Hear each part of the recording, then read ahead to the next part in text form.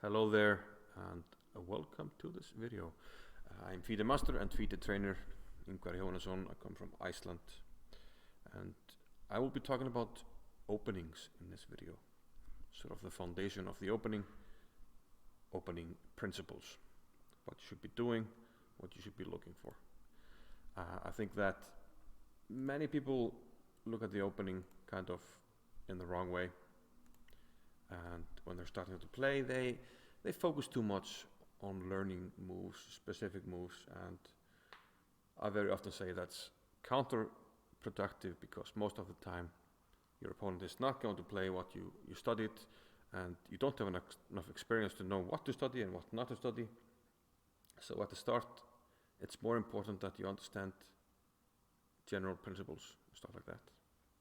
So that's what we're going to be talking about. And this will also be good for intermediate players. We are going to talk about the difference between openings, and maybe you have been choosing the wrong ones and not punishing maybe your opponent for what he's doing. So before we talk about openings, we have to talk about the most important thing in chess, the center of the board. These four squares, e4, e5, d4 and d5. So first, I will talk about what's called classical openings. Classical openings is when you open with e4, black goes e5. When you open with d4, black goes d5. You will find many such players, grandmasters such as Ivan Sokolov, who we can call a classical player because he will always, against e4, he will go e5, like this, and against d4, he will go d5. Now, why will he do that? What's the point? The point is that black wants, just as much as white, to establish a pawn in the center.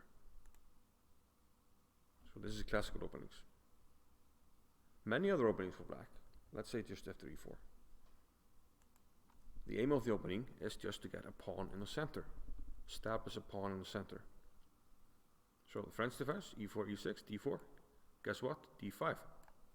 Get a pawn in the center, try to fortify it, get your share of the center. Let's say Caro-Kann, c6, d4, d5. What is doing what he's supposed to do? He's getting 2 pawns in the center. Do that when you can.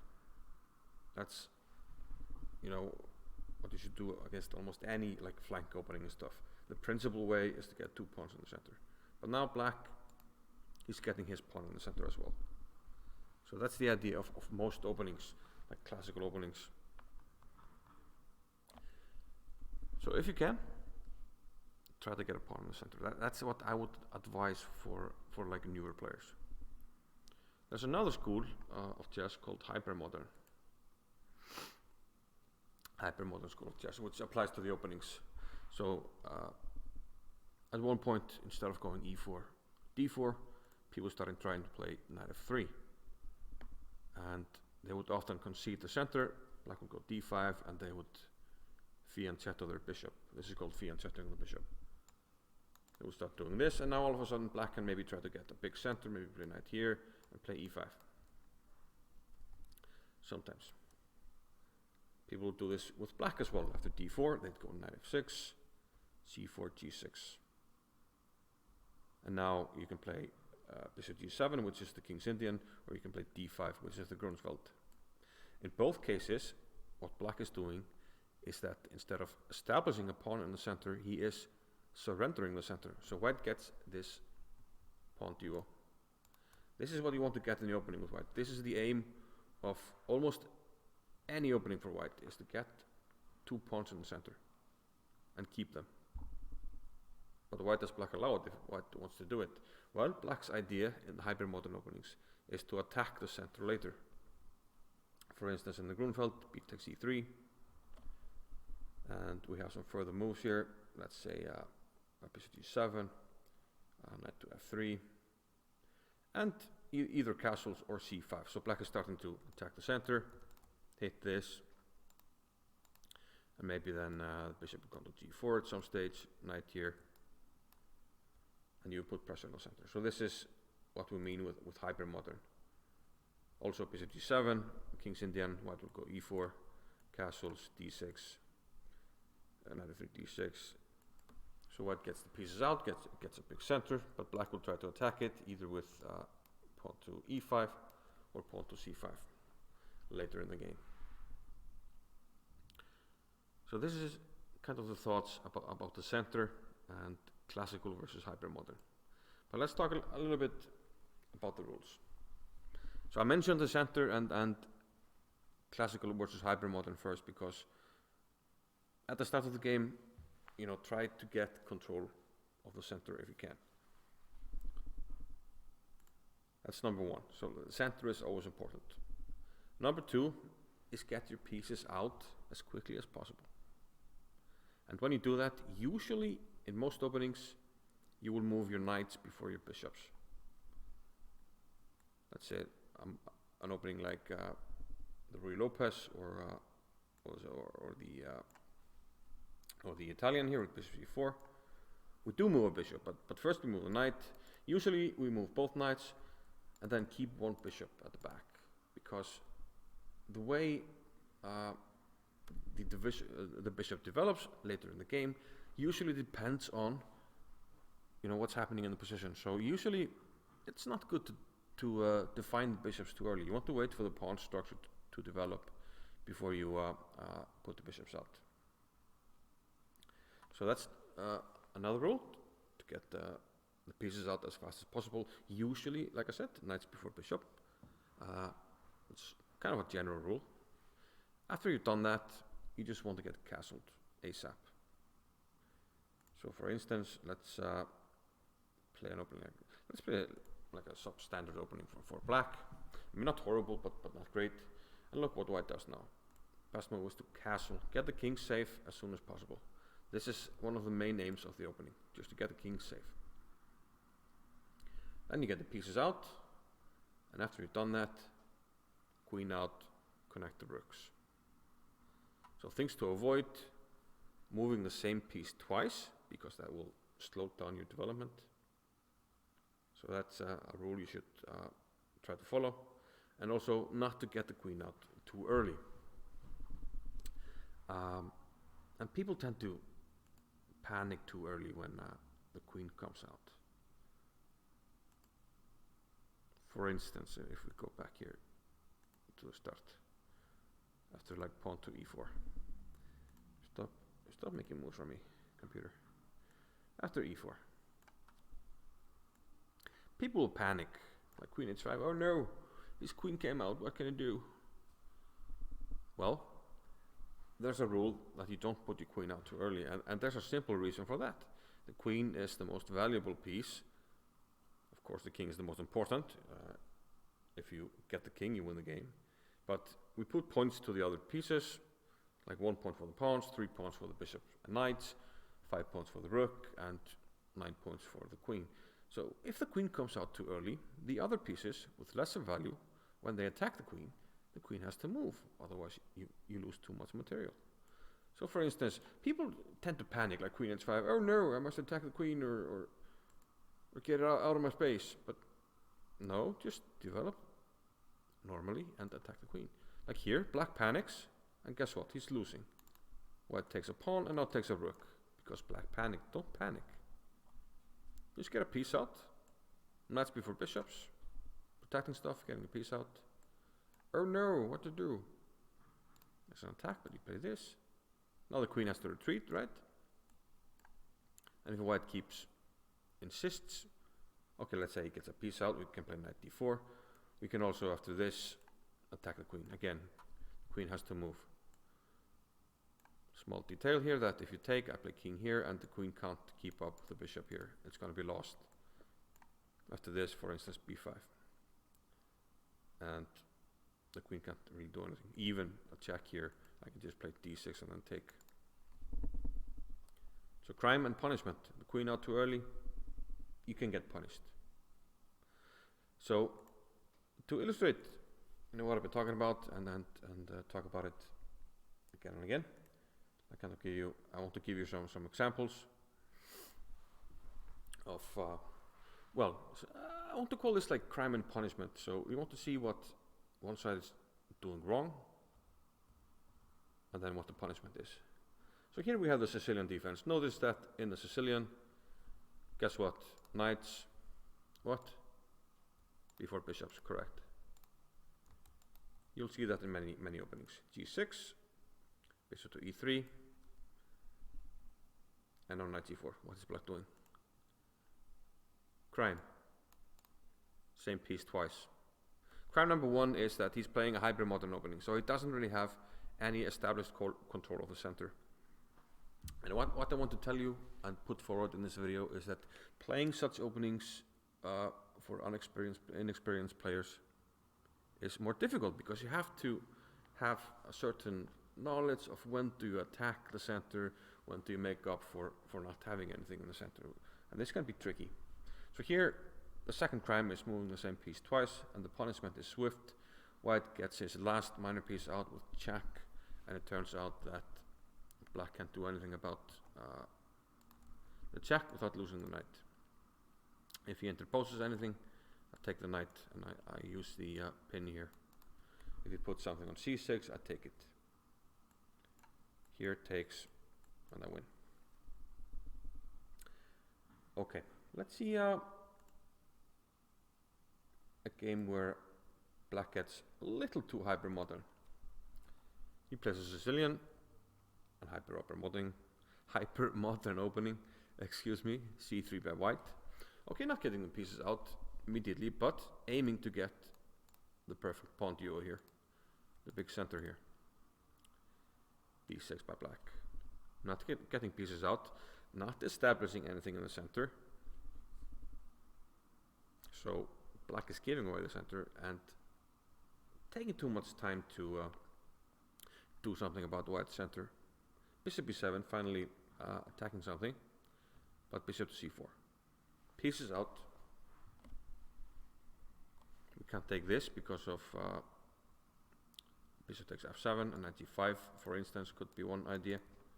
So black finally puts something in the center, but he's not establishing a pawn in the center because he hasn't made any pawn moves to prepare this move. Like if you play e6 d5 in the French, here white takes the pawn, and still black doesn't have anything in the center. White has a center pawn.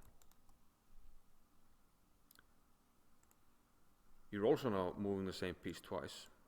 Another crime, and you're also not getting your king castled. You're not getting your kingside pieces out, so the king is stuck in the center. So kind of 3, maybe 4 crimes that black did, and the punishment is swift. Queen to a4 check. You can't interpose the knight because you will lose the bishop. So bishop c6, but now a very nice move by white, knight e5. And we can move the same piece twice because we are creating threats, we're attacking something, and black can't do anything about it. Mate threat on f7, plays queen c7, trying to hold on to the piece. He wants to go to d8 if we take on f7, but we just go ahead and win a piece here with d5 if queen takes bishop b5, but here d5, and a piece is won and the game is over. So I want to look at one of the most famous games of all time, the Morphy game. We're going to look at it quickly because you've probably seen it. Morphy opens with e4, e5, classical chess, knights before bishops for white, but not for black. He plays d6. Okay, nothing horrible yet. But after d4, bishop g4. Maybe the bishop is coming out too early. Usually you will see a knight coming out first. Okay, nothing horrible still.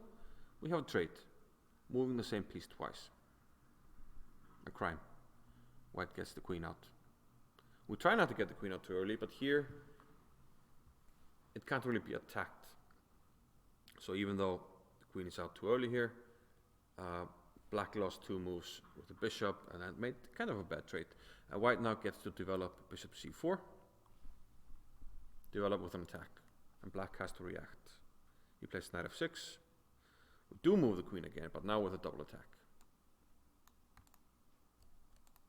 Attack on b7, attack on f7. Queen e7, protecting f7, but now we get on with development knight to c3. c6.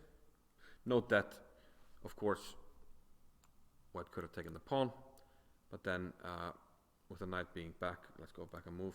If we take this pawn, there's queen b4 check, trading off. So Morphy wanted more. He didn't care about pawns here, and now he gets the bishop out, bishop to g5.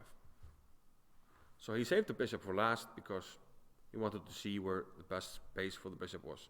And now the best space is available. There's a pin on the queen. That's a useful move. So all the pieces out. The only thing left is the castle. After b5, black is still not getting the pieces out. He does have something in the center, but he has been breaking rules with development, and this allows white to go for aggressive measures here with knight takes b5, bishop takes b5 check. And quite often you can take advantage of your lead in development if your opponent's king is stuck in the center, and you can use your pieces effectively, like in this game. This is one of the best games to demonstrate piece activity and development. So knight b to d7, castles. All the pieces out, castle, connect the rooks. Beautiful chess. Knight is pinned, so we're threatening to take. Black is in big trouble. He defends, but Morphy simply takes now, and then reloads on the d file, and again we're threatening to take on d7. Black tried to unpin here with queen e6, but bishop takes e6, knight takes, and this famous finish here, queen b8, followed by rook to d8. Check and mate.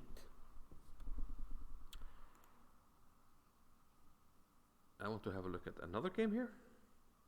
We're still looking at these like crime and punishment things. This is a game between Moisenko and Simon Dvoris. This was a Grunfeld, another hyper-modern opening. Black gives up the center. In this game, white played bishop g5, and black played knight e4. This is a line, but you really need to know what you're doing here. The crime is, of course, moving the same piece twice. In return, white has to move the bishop again, so black sort of makes up for that. But now he takes on c3. So third time moving the knight to take a knight that's only moved once. So black is falling a little bit behind in development because of this. But now he takes a pawn, so the idea is to win a pawn. e3, and now to defend the pawn he plays queen d5. So the queen is coming out. Crime. Why is it a crime? Because we can attack it, bishop to e2. If you not take, I play this, the queen is trapped. So the queen is going to lose time, and black even played the queen again here, queen to a5. But white, of course, got the pieces out. Development. Queen takes e3, moving the same piece for the third time. 92. And what to do for white? Yes, castle. And now black is getting seriously behind in development. He tried to get the queen back. But look at this, after knight takes c4, the queen goes back to d8. Black has lost all this time just to win one pawn. That's it, one pawn. Still has to get the pieces out, get the castle. This is too slow.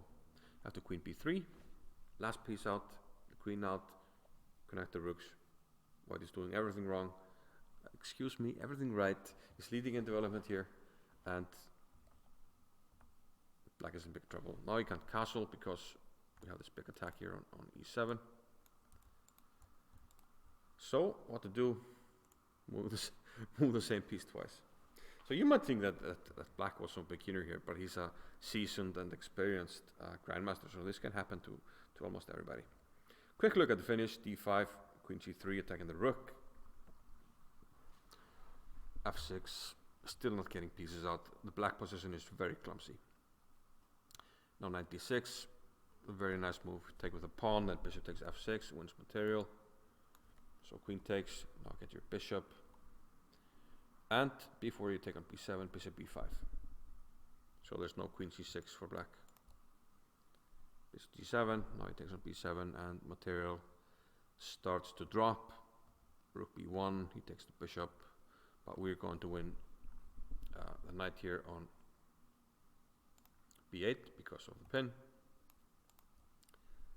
f5, last try. If you take on b8, I have bishop to e5, threatening mate, and things might be okay, but simply g3 and black resigned. So a lot of crimes there and swift punishment, as tends to happen. Now, I want to look at one game where black sort of gives up the center too easily. Before we do that, since we talk a lot about the center, I want to talk about like two of the main classical openings in chess, which is after d4, d5, the queen's gambit declined. I want to look at one of the main lines there. Bishop g5. Well, actually, we take first bishop d5, bishop e7, e3, and that's castle, queen c2. You know, in some order, these moves usually arrive. 92. So white is getting the pieces out. Black is doing the same. So both sides have established the pawn in the center. Classical stuff.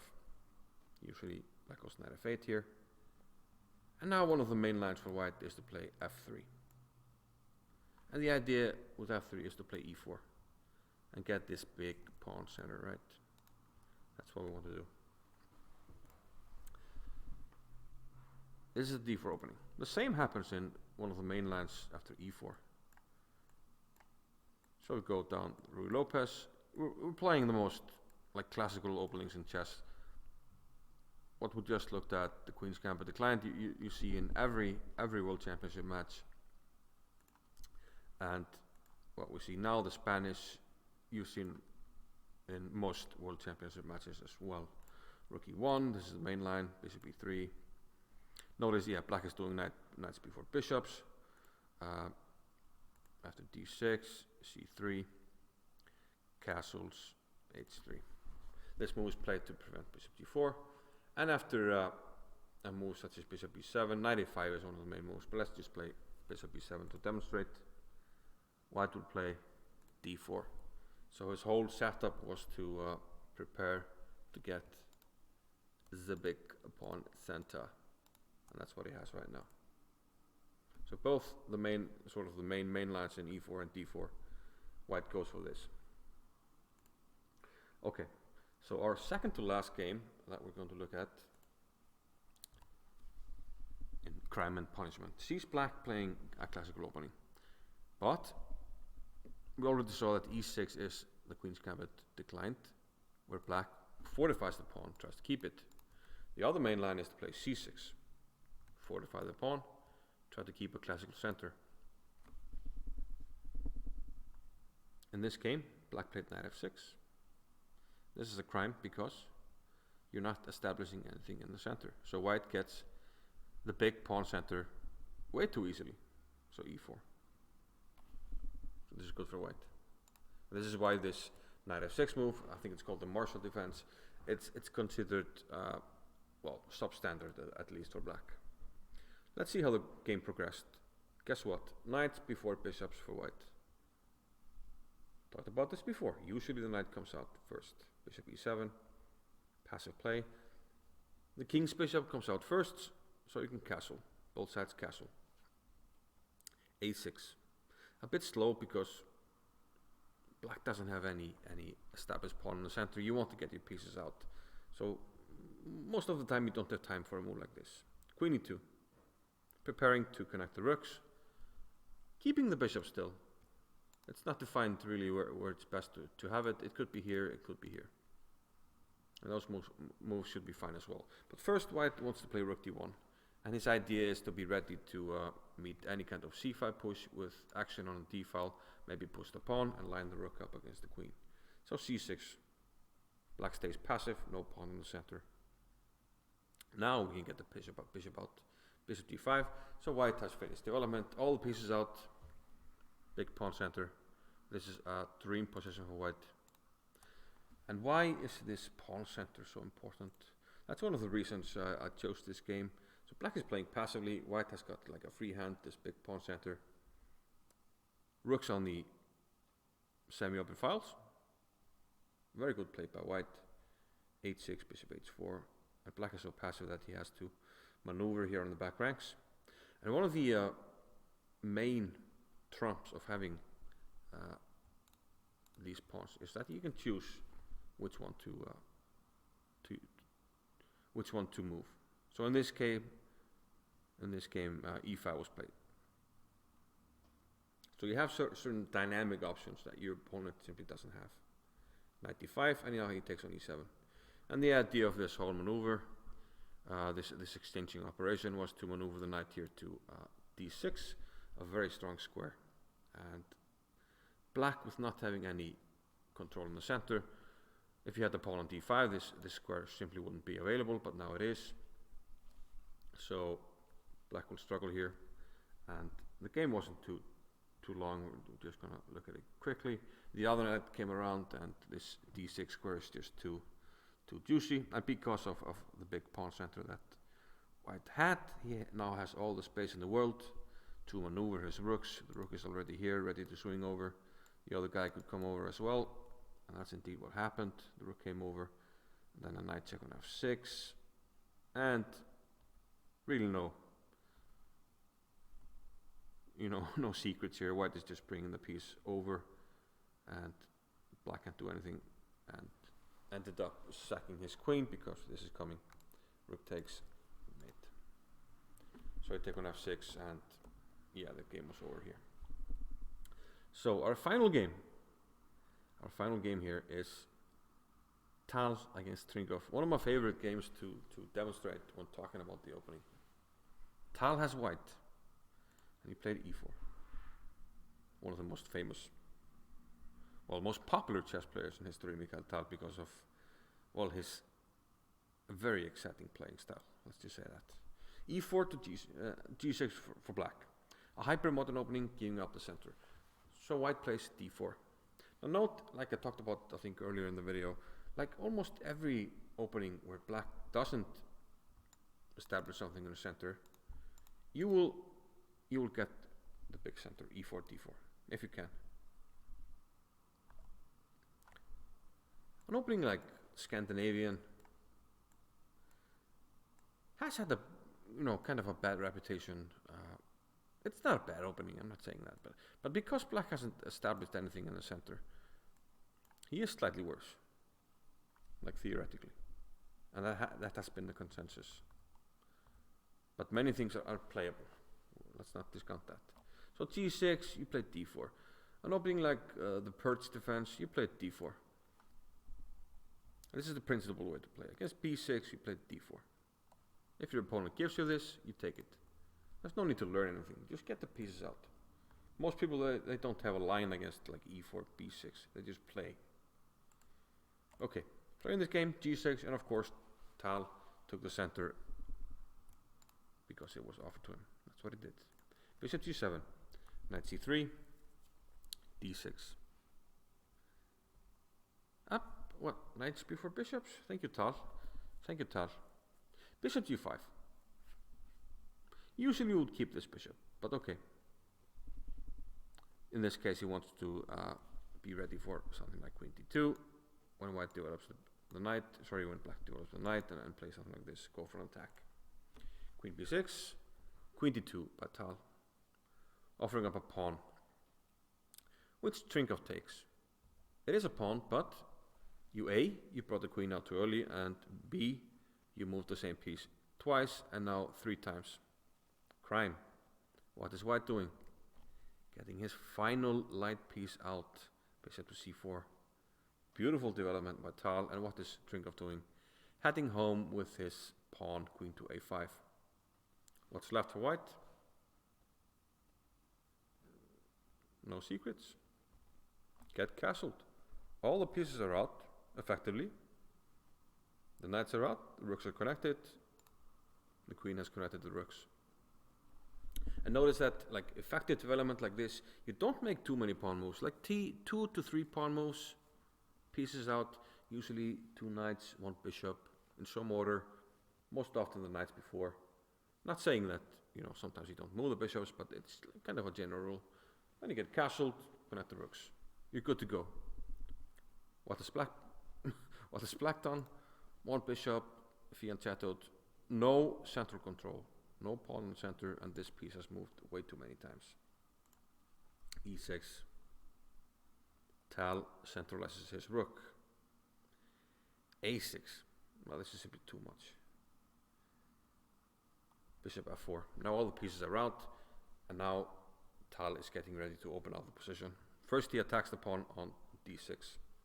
Now this prompts black to try e5 here, but this plays into what Tal had in mind. He now takes and plays queen d6. The position is about to open up violently. If e takes f4, knight d5. You can't defend this even. Big check landing here on c7. And if you take, you open the e-file, and that's lights out. Trinkov took on c3.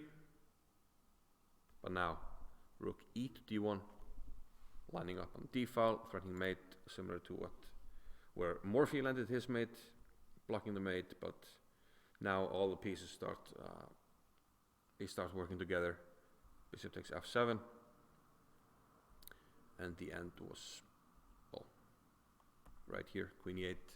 Trinkov resigned in only 17 moves. He was punished severely for his lack of development. King f8, queen f7, king here, Czechoslovakia, checkmate. So this was crime and punishment in the opening. So I hope you picked up a few things here. Most important, the principles. We talked about the center. Establish something in the center. Classical openings. That's why they're classical, because they are considered the best. You establish something in the center, a pawn, you protect it, and you get your pieces out. How do you get your pieces out? Light pieces first, usually knights before bishops. You castle, you connect the rooks. You have a middle game. If you manage to do this, you will have a good game. If you manage with white to get your pawns like this in the center, you're usually doing good. So, when your opponent is playing a hypermodern opening, think about it. Have you not been punishing it because you're not taking the center, you're not getting your pieces out fast enough? Get the pieces out. Usually if black plays like 2 without establishing anything in the center, you have chances to punish it, like in this game, Tal Trinkov. So hopefully, these points were helpful to you, and I do appreciate your time. Hope to see you again in the future. Thanks for watching. Bye bye.